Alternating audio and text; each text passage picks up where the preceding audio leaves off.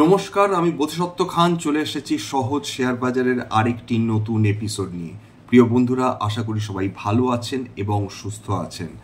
আজকের আমাদের আলোচনা ভারতীয় শেয়ার বাজারে নিফটি এবং সেন্সেক্সের বাইরে যে শেয়ারসগুলো রয়েছে তাতে এত বড় পতন এলো কেন, বিশেষ করে যে সরকারি কোম্পানিগুলো ছিল এবং বা সরকারি লেন্ডিং ইনস্টিটিউশনসগুলো ছিল, ব্যাংক এবং নন ব্যাংকিং ফিনান্সিয়াল কোম্পানিজ দুটো মিলেই, তাতে এত পতন এলো কেন। কেবলমাত্র যে ফিনান্সিয়াল এবং নন ব্যাংকিং ফিনান্সিয়াল কোম্পানিজগুলোতেই পতন এসেছে এমনটি নয়। যদি খেয়াল করে দেখা যাবে যে অধিকাংশ পিএসইউ কোম্পানিগুলো যারা গত 2 বছর ধরে বিপুল সম্পদ সৃষ্টি করে দিয়েছে বিনিয়োগকারীদের জন্য, তাদের কিন্তু আজকের অকস্মাৎ একটা বড় পতন এসেছে। আসুন আজকের আলোচনা করি যে এই পিএসইউ কোম্পানিজগুলোতে এত বড় পতন কেন এলো এবং এর পেছনে কি কি কারণ দায়ী সেটা নিয়ে আজকে আলোচনা করব। লক্ষণীয় বিষয়, নিফটি বা সেন্সেক্সে সেরকম কোনো বড় পরিবর্তন আসেনি। হ্যাঁ, ভোলেটিলিটি বেড়েছে, ভেগস বেড়েছে। আমি যেরকম আগের কয়েকটা এপিসোড আগে বলেছিলাম যে ঠিক কোনো বড় ইভেন্টের আগে, যেমন লোকসভা ইলেকশনের রেজাল্টের আগে, এই ধরনের ভোলেটিলিটি সাধারণত অনেক বৃদ্ধি পায়। আজকের 6 মে আমরা ওই একই ঘটনার পুনরাবৃত্তি দেখেছি। সেখানে আমরা দেখেছি যে মার্কেট প্রথমে 100 পয়েন্টের উপর নিফটি উঠে গেল, তারপর গোত্তাকে আবার নেগেটিভে ঢুকলো এবং সারাদিন ধরেই কখনো নেগেটিভে ঢুকেছে, কখনো পজিটিভে এসে দাঁড়িয়েছে। এরকম করে কিন্তু গোটা দিনটা কাটিয়েছে নিফটি এবং তার সঙ্গে সেন্সেক্স। সুতরাং আজকে আলোচনা শুরু করা যাক যে পিএসইউ ব্যাংকে হঠাৎ করে এত বড় পতনের কারণ কি।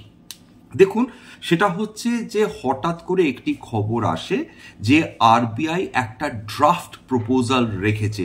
ড্রাফট প্রপোজাল মানে এখনো সেটা ফাইনালাইজ হয়নি, সেটা নিয়ম হিসাবে ইমপ্লিমেন্টেড হয়নি, কিন্তু আরবিআই এরকম একটা ড্রাফট রেখেছে, একটা প্রপোজাল তৈরি করেছে, একটা খসড়া তৈরি করেছে বলা যেতে পারে, যেখানে ব্যাংকিং এবং ফিনান্সিয়াল কোম্পানিজগুলো, বিশেষ করে সেই ব্যাংকিং এবং নন ব্যাংকিং ফিনান্সিয়াল কোম্পানিজগুলো যারা ইনফ্রাস্ট্রাকচার লেন্ডিং করে থাকে, অর্থাৎ পরিকাঠামোগত যে প্রজেক্টসগুলো রয়েছে তার জন্য লোন কিন্তু ডিসবার্স করে থাকে, এই ধরনের কিন্তু ইনফ্রাস্ট্রাকচার লেন্ডিং এর ক্ষেত্রে আরবিআইয়ের যে খসড়া বা প্রপোজাল সেইটা কিন্তু বেশ শক্ত এবং বেশ কিন্তু কঠিন নিয়ম, এবং যার ফলে ব্যাংকিং এবং নন ব্যাংকিং ফিনান্সিয়াল কোম্পানিজগুলোর প্রফিটেবিলিটি অদূর ভবিষ্যতে কিন্তু কমতে পারে যদি আরবিআই সত্যি এই নিয়মটা ইমপ্লিমেন্ট করে। তো তাহলে কি এমন ঘটনা ঘটলো যা, এবং আরবিআই কি এমন প্রপোজাল দিল যার ফলে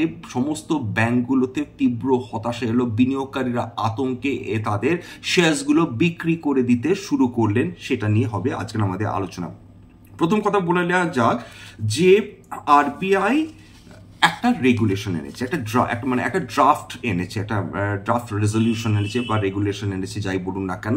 এবং সেখানে আরবিআই কি করছে সেটা হচ্ছে, আরবিআই প্রথম কথা হচ্ছে নতুন প্রপোজালটা কি, ইনফ্রাস্ট্রাকচারাল লেন্ডিং, অর্থাৎ অন্য কোনো না, বিশেষ ফোকাস হচ্ছে ইনফ্রাস্ট্রাকচারাল লেন্ডিং, অর্থাৎ পরিকাঠামোগত যে প্রজেক্টসগুলো রয়েছে, গোটা ভারতবর্ষ জুড়ে যে প্রজেক্টসগুলো উঠে আসছে বিভিন্ন সেক্টরে, সেই সেক্টরের ফিন্যান্সিংয়ের ব্যাপারে আরবিআইয়ের কি তাদের চাহিদা।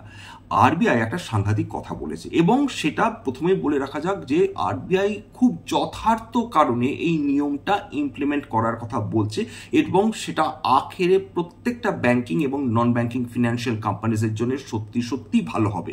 কি আরবিআই বলছে সেটা আমি কোট আনকোট বলছি, এটা আমি নিয়েছি livemint.com থেকে। আমি কোট বারবাটিম বলছি, সেটা হচ্ছে RBI guideline stipulate that a 5% general provision must be set aside for all existing and new project loans in the construction phase, that is before commercial operations commence. Once the project transitions to the operational phase, these provisions can be reduced to 2.5% of the funding outstanding and further to 1% under certain conditions. খুব সোজা কথা, RBI বলছে ব্যাংকগুলোকে এবং non banking financial কোম্পানিজগুলোকে বা বলবে যে দেখো, তোমরা যা লোন দিচ্ছ ইনফ্রাস্ট্রাকচার প্রজেক্টসে দাও, কিন্তু এই ইনফ্রাস্ট্রাকচার প্রজেক্টসগুলোতে লোন দেবার আগে তোমাদের প্রভিশনিং করতে হবে। প্রভিশনিং মানে কি? সোজা কথা হচ্ছে কোনো কারণে যদি টাকা ফেরত না আসে এবং তোমাদের প্রথমে অ্যাসেস করতে হবে যে ঠিক কত টাকা ফেরত নাও আসতে পারে। অর্থাৎ এরকম তো ইতিহাস, ভারতবর্ষের ইতিহাসে ব্যাংকিং সিস্টেমে তো এরকম ভুরি ভুরি উদাহরণ রয়েছে যে ব্যাংকের টাকা নিজের মনে করে এরকম বহু ব্যক্তি টাকা নিয়েছেন কিন্তু ফেরত দেননি। সুতরাং এইটা আরবিআইয়ের মনে ভয় রয়েছে যে এরকম যে ব্যাপক হারে ইনফ্রাস্ট্রাকচারাল ডেভেলপমেন্ট চলছে ভারতবর্ষে, সেক্ষেত্রে এরকম বেশ কিছু সৎ মানুষ তো থাকতেই পারেন বা বেশ কিছু সৎ কোম্পানি তো থাকতেই পারে যারা ব্যাংকের টাকা নিজের মনে করে আর ফেরত দিল না। সেই জন্যে আরবিআই স্ট্রিক্টলি বলছে তোমাদের প্রভিশনিং করতে হবে, অর্থাৎ যে টাকা লোন দেবে ভাবছো তার অন্তত 5% আলাদা করে সরিয়ে রাখতে হবে। যদি ইনকেস কোনো তোমরা টাকা ফেরত না পাও, সেখান থেকে তার ভরপাই হবে বা তার ক্ষতিপূরণ হবে এই আলাদা করে সরিয়ে রাখার টাকা। এটাকে বলা হয় হচ্ছে স্ট্যান্ডার্ড প্রভিশনিং, সেটা আরবিআই করতে বলছে। তারপর বলছে এটা কখন হবে? যখন প্রজেক্টগুলো আন্ডার ডেভেলপমেন্ট, অর্থাৎ কোনো ইনফ্রাস্ট্রাকচার ডেভেলপমেন্ট চলছে, প্রজেক্ট তৈরি হচ্ছে, তখন 5% রাখতে হবে। তারপর যখন প্রজেক্ট কমপ্লিট হয়ে গেল, অপারেশনাল হয়ে গেল, অর্থাৎ কাজ শুরু হয়ে গেল, তখন তোমরা এই প্রভিশনিংটাকে কমিয়ে আনো। কত থেকে? 5 থেকে 2.5%, তারপর একদম শেষ পর্যন্ত 1% এসে ঠেকবে, তবে আন্ডার সার্টেন কন্ডিশনস। এটা আরবিআই বলে দিচ্ছে। এইবার হচ্ছে কয়েকটা হাইলাইটস বলে নি, বিশেষ বিশেষ গুরুত্বপূর্ণ পয়েন্ট আরবিআই কি বলেছে। প্রথম কথা তারা বলে দিচ্ছে যে দেখো, যে প্রজেক্টকে তোমরা লোন দেবে তার কিন্তু নেট অপারেটিং ক্যাশ ফ্লোকে পজিটিভ হতে হবে, অর্থাৎ টাকা নেই, ক্যাশ ফ্লো নেই, সেটা করলে হবে না। যে প্রজেক্টকে টাকা দিচ্ছ, যে প্রজেক্টকে ঋণ দিচ্ছ, সেই প্রজেক্টের থেকে যখন সেটা অপারেশনাল হবে সেটা কিন্তু নেট অপারেটিং ক্যাশ ফ্লো অবশ্যই পজিটিভ হতে হবে। কেন? কারণ নেট পজিটিভ ক্যাশ ফ্লো যখনই হবে তখনই তো লেন্ডারদের টাকা শোধ করতে পারবে। যদি অপারেশন থেকে ক্যাশ ফ্লো অপারেশন যদি নেগেটিভ হয়, তা খুব স্বাভাবিকভাবে তারা লেন্ডার্সদের টাকা শোধ করতে পারবে না। সুতরাং positive net operating cash flow হতেই হবে। 2 নম্বর হচ্ছে যে প্রজেক্টে টাকা দিলে, ঋণ দিলে প্রজেক্টটা কমপ্লিট করার জন্য খুব ভালো, আরবিআই বলছে আমাদের কোনো আপত্তি নেই। কিন্তু যখন প্রজেক্ট অপারেশনাল হবে, অর্থাৎ তারা তাদের কাজ শুরু করে দেবে, তখন তারা যত টাকা ঋণ নিয়েছে তার অন্তত 20% প্রজেক্ট অপারেশনাল হওয়ার আগেই শোধ করে দিতে হবে। আরবিআই কিন্তু একদম কোমর বেঁধে লেগেছে যে কাউকে ছাড় দেওয়া হবে না, কেউ কিন্তু পয়সা ফেরত না দিয়ে যেতে পারবে না। সুতরাং অন্তত 20% কিন্তু লং টার্ম লোনের রিডাকশন করতে হবে। দীর্ঘমেয়াদী যে ঋণটা নিয়েছে এই প্রজেক্টগুলো, তার 20% অলরেডি কিন্তু শোধ করে দিতে হবে প্রজেক্ট অপারেশনাল হওয়ার আগে। তারপর কি বলছে? তারপর বলছে যে মুহূর্তে বা যদি আরবিআই এই নিয়ম ইমপ্লিমেন্ট করেন, তাহলে কিন্তু সমস্ত ব্যাংকিং এবং নন ব্যাংকিং ফিনান্সিয়াল কোম্পানিজগুলোকে 3 মাসের মধ্যে সেই নিয়মগুলোকে মানতেই হবে। এটাকে বলে ম্যান্ডেট করা, সেটা কিন্তু করতে হবে। আরবিআই বলছে যে এরকম হবে না, বছরের পর বছর ফেলে রাখলাম, আমাদের নিয়ম তোমরা মানবে না, এইটি হতে পারবে না। 90 দিনের মধ্যে আমরা যে নিয়ম দিচ্ছি সেটা একদম ঠিকঠাক পালন করতে হবে। এবার চলে আসি প্রজেক্ট ফিনান্স মানে কি। প্রজেক্ট ফিনান্স, দেখুন প্রজেক্ট ফিনান্স একটা ভীষণ কমপ্লেক্স একটা অপারেশন। মানে অনেক সময় বিশাল বিশাল প্রজেক্টস চলছে, তাতে হাজার হাজার কোটি টাকা, এমনকি লক্ষ কোটি টাকা অবধি খরচ হতে পারে, এমনও প্রজেক্টস ভারতবর্ষে চলছে। খুব স্বাভাবিকভাবে একটা ব্যাংক হাজার কোটি টাকা দেওয়ার আগে বা লক্ষ কোটি টাকা দেওয়ার আগে দুবার ভাববে। এবং খুব কম ব্যাংকই এরকম রয়েছে বা নন ব্যাংকিং ফিনান্সিয়াল কোম্পানিজ রয়েছে যাদের একসঙ্গে এত টাকা লোন দেওয়ার ক্ষমতা রয়েছে। তখন তারা কি করবে? তখন সমস্ত ব্যাংকগুলো মিটিং করবে বা এনবিএফসিস গুলো মিটিং করবে, নন ব্যাংকিং ফিনান্সিয়াল কোম্পানিজ গুলো মিটিং করবে, মিটিং করে ডিসাইড করবে যে দেখুন আমার একার পক্ষে তো লোন দেওয়া সম্ভব হচ্ছে না, আর যদি সম্ভব হয়েও থাকে আমি দিতে চাইছি না, কারণ আমি বুঝতে পারছি না এতে কত রিস্ক রয়েছে। আপনারা কি আমাদের সঙ্গে, আমরা কি একটা দল তৈরি করতে পারি না যেখানে মোটামুটি 9টা-10টা ব্যাংক বা নন ব্যাংকিং ফিনান্সিয়াল কোম্পানিজ একসঙ্গে আসবে এবং একটা কনসর্টিয়াম তৈরি হবে অফ ব্যাংকস, এবং সবাই মিলে কিছু কিছু টাকা করে যে প্রজেক্ট বা যে কোম্পানি একটা প্রজেক্ট করছে তাদের আমরা সেই পরিমাণ টাকা লোন দেব। তাতে কি হবে? রিস্ক মিটিগেট হওয়ার সম্ভাবনা বেশি, অনেকটাই বেড়ে যাচ্ছে। অর্থাৎ সবার ঘাড়ে একসঙ্গে চাপ পড়ছে না একটি নির্দিষ্ট ব্যাংকের উপর।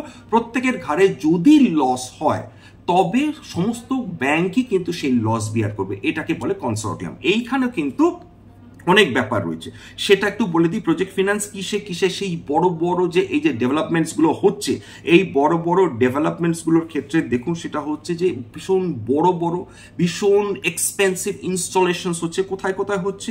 পাওয়ার প্ল্যান্টস যেগুলো হচ্ছে, কেমিক্যাল প্রসেসিং প্ল্যান্টস যেগুলো হচ্ছে, মাইন্স খনি, ট্রান্সপোর্টেশন ইনফ্রাস্ট্রাকচার, এনভায়রনমেন্ট, টেলিকমস, এগুলো মানে হাজার হাজার কোটি টাকার খেলা। সেই জায়গাটা যখন ঋণ দিচ্ছে একটা ব্যাংক বা একটা নন ব্যাংকিং ফিনান্সিয়াল কোম্পানিজ, তাকে অন্তত 3-4বার ভাবতে হচ্ছে।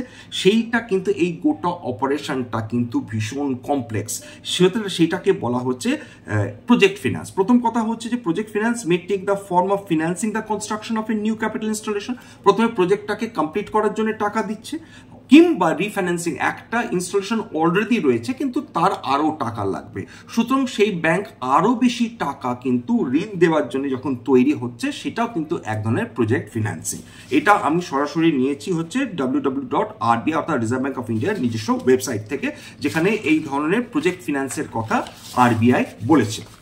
এবার চলে আসছি হচ্ছে যে আরবিআই কেন এই ধরনের ড্রাফট প্রপোজাল নিয়ে আসছে সেই লেন্ডার্সদের জন্য, যারা ইনফ্রাস্ট্রাকচার প্রজেক্ট ফিনান্স করে থাকে তাদের জন্য বিশেষ করে। দেখুন, আরবিআই ভীষণ সিরিয়াস কিসের ব্যাপারে? আরবিআই চাইছে প্রত্যেকটা ব্যাংক এবং নন ব্যাংকিং ফিনান্সিয়াল কোম্পানি নিজের ব্যালেন্স শিট ক্লিন আপ করবে এবং ক্লিন রাখবে। বহু খড় পুড়িয়ে 2018 অবধি রগরানি দিয়ে তবে ব্যালেন্স শিটগুলো পাবলিক সেক্টর যে ব্যাংকগুলো রয়েছে তার ব্যালেন্স শিট ক্লিন করা হয়েছে। এটা মানে বহু বছর ধরে মানে 100 টাকায় 30 টাকা 37 টাকা অবধি নন পারফর্মিং অ্যাসেট টাকা ফেরত দিয়ে আসছে না ব্যাংকে। মানে এরকম লক্ষ লক্ষ কোটি টাকা লিটারালি সেই সময় মোটামুটি আজ থেকে 9-10 বছর আগে সেই ব্যাংকগুলোর অবস্থা মানে প্রায় যায় অবস্থা। মানে সরকার প্রত্যেকবার মানে তাতে ক্যাপিটাল ইনফিউশন করেই যাচ্ছে, বাজেটের পর বাজেট, কিন্তু আখেরে কোনো কাজ হচ্ছে না। তখন একদম স্ট্রিক্টলি কোমর বেঁধে নেমে পড়ে সরকার বললো অনেক হয়েছে, তোমরা অনেক সরকারি টাকা উড়িয়েছো, আর না, এবার নিজের ব্যালেন্স শিট ক্লিন আপ করো, আর কোনো রকম কথা হবে না। খেয়াল করে দেখবেন যে বহু কোয়ার্টার ধরে একটা ব্যাংক লসের পর লস দেখিয়ে গেছে। আলটিমেটলি মোটামুটি 2 বছর ধরে দেখবেন যে ব্যাংকের সিরিয়াস রিকভারি এসেছে, তার কারণটাই হচ্ছে ব্যালেন্স শিট ক্লিন আপ হয়েছে।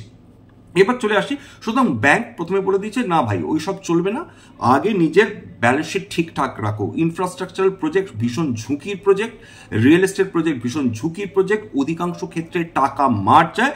সুতরাং যেটা করবে সেটা হচ্ছে যে তোমাদের ব্যালেন্স শিট ক্লিন আপ করার জন্যে বা ক্লিন রাখার জন্যে আমাকে কিন্তু কিছু স্পেশাল প্রিএমটিভ মেজার্স নিতে হবে, কিছু স্পেশাল প্রোটেকশন নিতে হবে। সেই কারণে আরবিআই সম্ভাব্যভাবে এই ধরনের প্রজেক্টস নিয়ে আসছে বা এই ধরনের প্রপোজাল নিয়ে আসছে বা এই ধরনের গাইডলাইন নিয়ে আসছে। আরেকটা যেটা ব্যাপার দাঁড়াচ্ছে সেটা হচ্ছে এর আগে স্ট্যান্ডার্ড প্রভিশনিং যেটা ছিল, এটা ছিল 0.4% অফ দ্য টোটাল লোন ডিসবার্সাল, মানে যে লোন দেবে তার মাত্র 0.4% সেটা প্রভিশনিং হিসাবে রাখতো ব্যাংক। আরবিআই বলে যে দেখুন 0.4% প্রভিশন দিয়ে কোনো লাভ নেই, এটা আলটিমেটলি লাইক পিনাটস, হ্যাঁ, মানে একদম কোনো চিনে বাদামের মতো, এর কোনো ভ্যালু নেই। এইটাকে আমরা বাড়াচ্ছি কত, একদম প্রায় মানে লিটারালি 10 মানে প্রায় 12 গুণের কাছাকাছি আরবিআই বাড়িয়ে বললো যে 5% অন্তত এই ধরনের কিন্তু স্ট্যান্ডার্ড প্রভিশনিং করতে হবে, অর্থাৎ সরাসরি 0.4 থেকে 5%-এর প্রপোজাল রয়েছে আরবিআই। তাহলে বুঝতেই পারছেন যে আরবিআই ঠিক কতখানি সিরিয়াস প্রত্যেকটা ব্যাংকিং এবং নন ব্যাংকিং ফিনান্সিয়াল কোম্পানিজগুলোকে সেফ এবং সিকিউর রাখতে। এটা তো কেবলমাত্র শুধু ব্যাংকিং অপারেশনসকে সেফ অ্যান্ড সিকিউর রাখার কথা না, এখানে যারা লেন্ডার্স রয়েছে, যারা ক্রেডিটার্স অফ দিস ব্যাংক অর্থাৎ আরবিআই নিজে, তাকেও নিজেকে সেফ অ্যান্ড সিকিউর রাখতে হবে। কারণ এই যে ব্যাংকগুলোর সমস্ত সাধারণ মানুষকে লোন দেয় বা কোম্পানিকে লোন দেয়, টাকাটা কোথা থেকে আসে? টাকাটা আরবিআই এর কাছ থেকে নেয়। সুতরাং যখন একটা ব্যাংকের লস হয় সেটা আসলে তো আরবিআই এর টাকার লস। সুতরাং আরবিআই বলছে আমি টাকা দেবো, অন্য লোক সেই টাকায় এসে ফুর্তি করে যাবে, সেটি হবে না। টাকা দেবো, টাকার প্রত্যেকটি পয়সার হিসেব আমার চাই, সেটা আরবিআই বলে দিচ্ছে। তাহলে কি করছে? Inadequate 0.4% standard provisioning inadequate, RBI বলছে এটা ইনঅ্যাডিকুয়েট। তাহলে কি করবো? 5% অব্দি করে দাও। 5% প্রথম বছর দেখবো, যখন অপারেশনাল হবে তখন না হয় স্ট্যান্ডার্ড প্রভিশনিং আমি কমিয়ে আনবো 1%। তার আগে কিন্তু যখন প্রজেক্ট আন্ডার ডেভেলপমেন্ট তখন ওই 5%ই প্রভিশনিং থাকবে। এইবার আরেকটা কথা, যেটা এই যে কনসর্টিয়াম নিয়ে যে এই এতদিন ধরে এতগুলো ব্যাংক আসছে একসঙ্গে, মানে গ্রুপ তৈরি করছে, কনসর্টিয়াম তৈরি করছে, তারপর লোন দিচ্ছে, আরবিআই বলছে মানে অধিক সন্ন্যাসীতে গাজন নষ্ট, এটি হতে পারে না। ম্যাক্সিমাম একটি প্রজেক্টে 10 জন লেন্ডার্স থাকবে, সেই 10 জন লেন্ডার্স দিয়ে কনসর্টিয়াম হবে, তার বেশি থাকা যাবে না। কারণ যত বেশি কনসর্টিয়াম মানে মেম্বার্স থাকবে কনসর্টিয়ামে তত বেশি লোনের টাকা নিয়ে ঝামেলা হবে, লোন রিকভারি নিয়ে ঝামেলা হবে। দরকার নেই, 10টা মেম্বার থাকবে, তোমরা এবার ওই 10 জন মিলে যা লোন দেওয়ার দাও, তার বাইরে কিন্তু আমরা অ্যালাউ করব না। এটা আপাতত প্রপোজাল হিসেবে রয়েছে।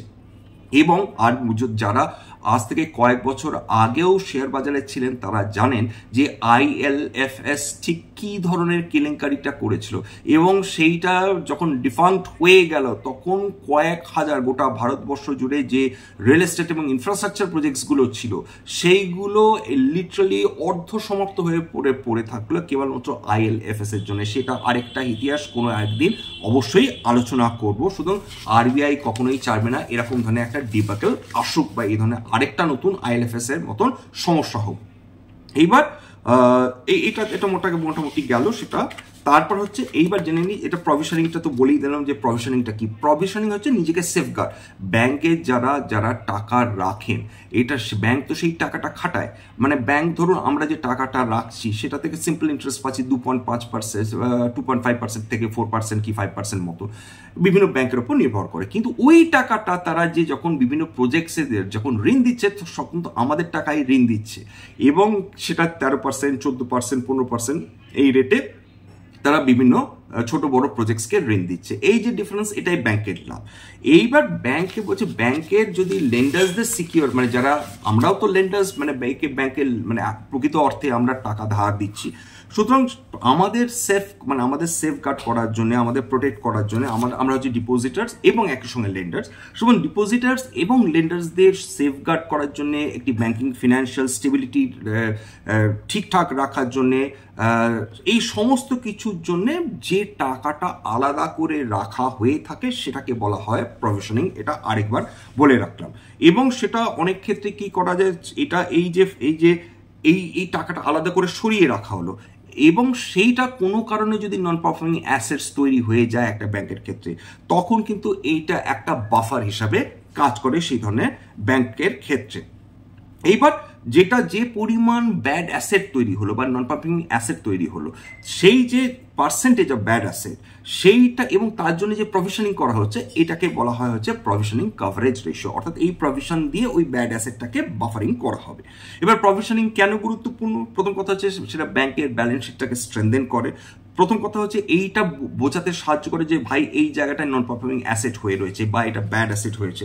2 নম্বর হচ্ছে এটাকে ক্রেডিট রিস্ককে মিটিগেট করে বা কম করে, এবং সেটা হচ্ছে যে এই কারণে আরবিআই এই প্রভিশনিং এর এই নিয়মগুলো সৃষ্টি করছে বা প্রতিনিয়ত চেঞ্জেসগুলো আনছে।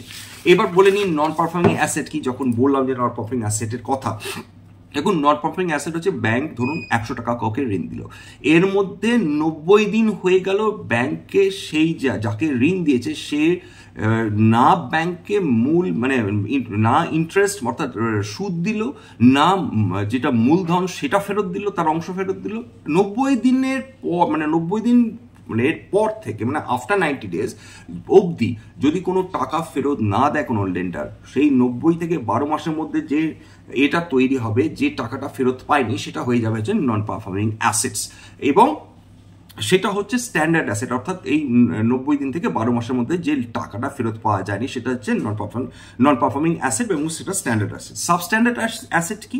12 মাস হয়ে গেছে কোনো টাকা ব্যাংক ফেরত পায়নি, সেইটা হচ্ছে সাবস্ট্যান্ডার্ড অ্যাসেট। অর্থাৎ অত্যন্ত নিম্নমানের অ্যাসেট, মানে পরবর্তীকালে সেটা হয়তো রাইট অফ করে দিতে হবে ব্যাংককে। এই 2 ধরনের নন পারফর্মিং অ্যাসেটস থাকে, এবং যেটা বললাম এটাকে অনেক সময় ডিস্ট্রেসড অ্যাসেট বা ব্যাড অ্যাসেটে বলা হয়, বিশেষ করে সাবস্ট্যান্ডার্ড যেগুলো অ্যাসেট। অর্থাৎ 90 দিন অবধি ঠিক আছে, কিন্তু 90 দিন হয়ে গেলেই যদি কোনো টাকা ফেরত না আসে বা প্রিন্সিপাল বা ইন্টারেস্ট ফেরত না আসে, তাহলে কিন্তু সেটা ট্রিটেড হবে অ্যাজ নন পারফর্মিং অ্যাসেট। এটা আশা করি মানে মানুষের বুঝতে অসুবিধা হবে না। এইবার যদি আরবিআই এর যে ড্রাফট প্রপোজাল রয়েছে সত্যি সত্যি ইমপ্লিমেন্টেড হয়, তাহলে কি কি হতে পারে? প্রথম কথা, খুব সহজ ভাষায় হচ্ছে, প্রথমেই ব্যাংকের এবং নন ব্যাংকিং ফিনান্সিয়াল কোম্পানিজগুলোর প্রফিটেবিলিটি হট হবে, ক্ষতিগ্রস্ত হবে, এই ব্যাপারে কোনো সন্দেহ নেই। এবার 2 নম্বর হচ্ছে যে প্রফিটটা সেটা আবার রিইনভেস্টেড হবে কিনা নতুন প্রজেক্টে, সেটা একটা প্রশ্ন, এবং তার ফলে ক্যাপিটাল অ্যাডিকুয়েসি রেশিও ঠিকঠাক মেনটেন হবে কিনা, সেটা হচ্ছে দ্বিতীয় প্রশ্ন। তারপর আরেকটা যেটা বড় প্রশ্ন, আরবিআই যদি এই রুলটা সত্যি সত্যি ইমপ্লিমেন্টেড হয়, সব ব্যাংকগুলো কি আর ইনফ্রাস্ট্রাকচার প্রজেক্টসগুলোকে ঋণ দিতে আগ্রহী হবে? সেখানে যদি দেখে তাদের প্রফিটেবিলিটি কমে যাচ্ছে আরবিআই এর এই রুল মেনটেন করতে গেলে, তাহলে অনেক মানে ব্যাংকের এবং নন ব্যাংকিং ফাইন্যান্সিয়াল কোম্পানিজের খুব স্বাভাবিকভাবে কিন্তু তাদের একটু অনীহা থাকবে এই ধরনের প্রজেক্টসে টাকা দিতে। সেক্ষেত্রে অবশ্যই ভারতবর্ষ যদি ইনফ্রাস্ট্রাকচার ডেভেলপমেন্ট না হয়, সেক্ষেত্রে অর্থনীতি সমস্যায় পড়বে, ভারতের শক্তিশালী মানে উন্নত দেশ হিসাবে ইভলভ করাটা একটা প্রবলেম হয়ে যাবে।